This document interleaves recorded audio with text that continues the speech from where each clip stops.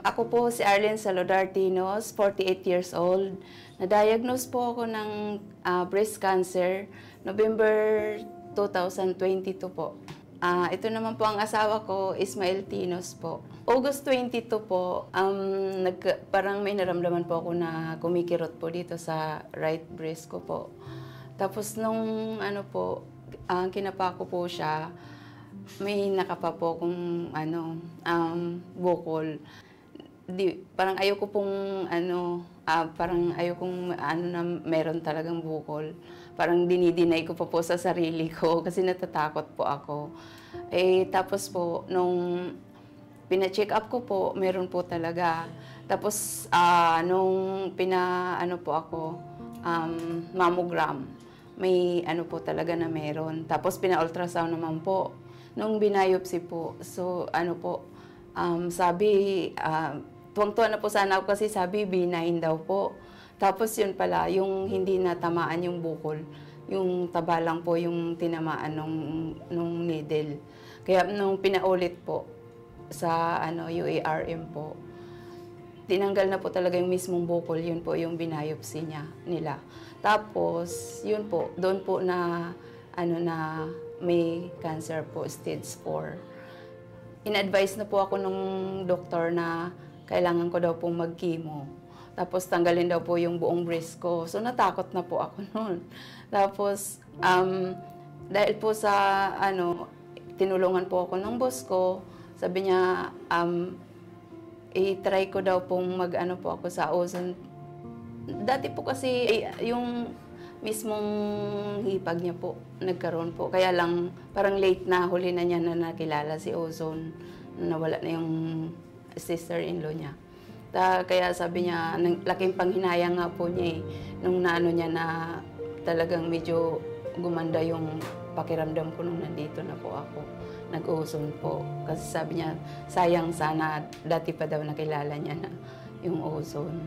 Tapos yung dito, tuloy-tuloy na po. Nung po ako ni doktora na magpa-laboratory, nung naka-10 na po ako, nakita po ni doktora may improvement po sa mga result ko po.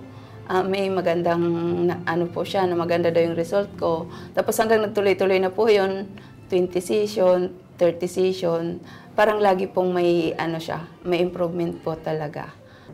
Yung nalaman ko na may cancer na stage 4.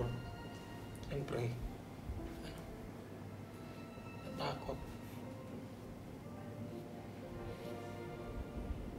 Kasi yung anak namin maliliit pa. Ayaw ko mawala sila ng ina. Kasi gusto ko lumaki silang buo. Kasi lumaki ako na hindi buo.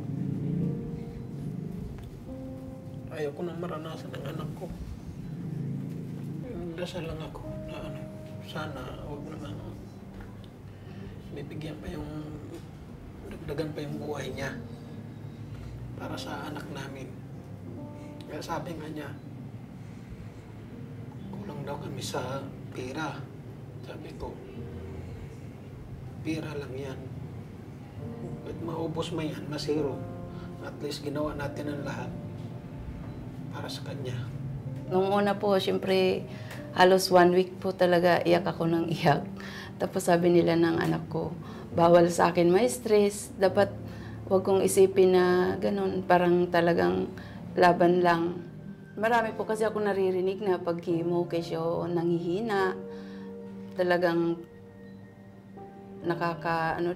hindi na masyadong nakakapagtrabaho, namamayat na sila. Nung trinay ko naman po dito, nung pinakauna ko pong nag-Ozone, naramdaman ko po na parang talagang may po talaga sa ko, parang lumakas po ako. Kasi pag galing ko po dito, pumapasok pa po ako sa trabaho. Kaya ngayon pang 48 session ko na po. Kaya talagang sabi ko, ito talaga siguro ang ni Lord, na makilala ko po ang Ozone. Yung sabi ko, yung una, kasi wala naman kaming ibang chemo na. Kasi yun naman yung talaga Di naman pwedeng hayaan. yung nakausap namin si boss ko, sabi niya,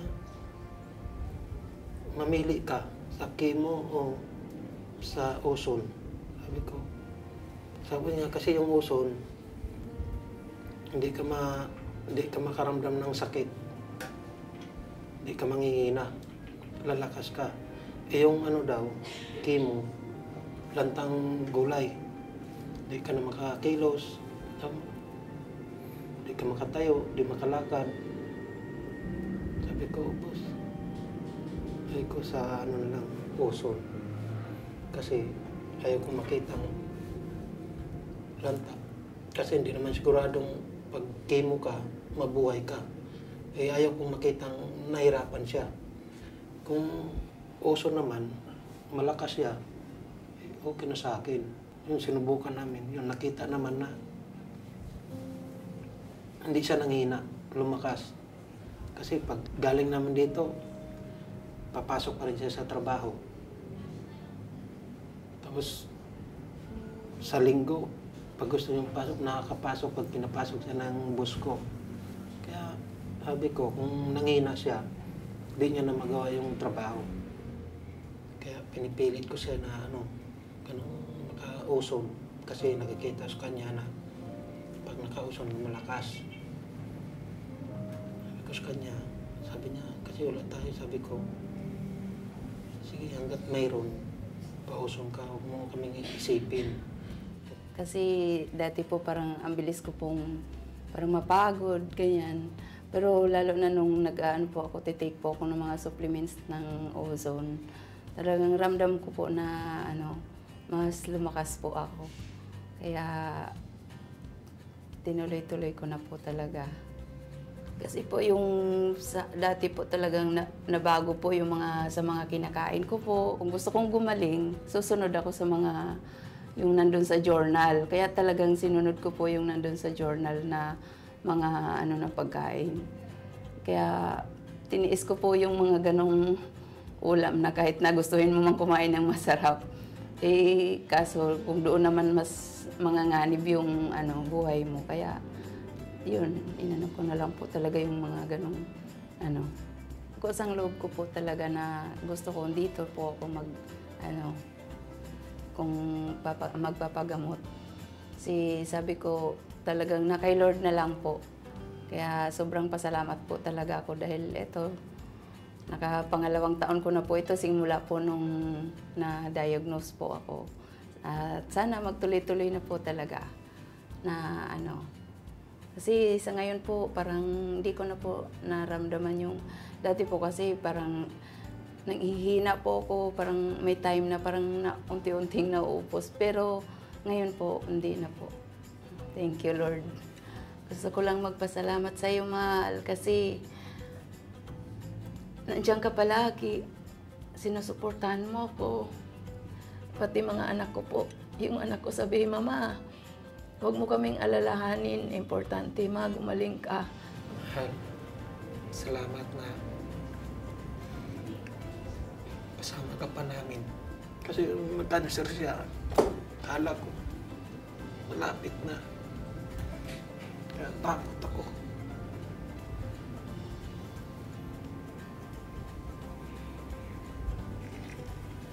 Basta, nandito lang kami, mga anak mo.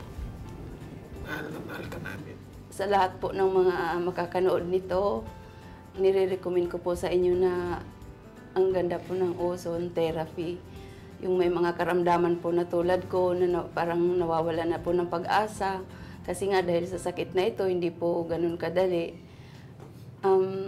Ito pong ozone therapy po, alam ko pong talagang malaking tulong po na kaya hanggang ngayon ito pa rin po ako.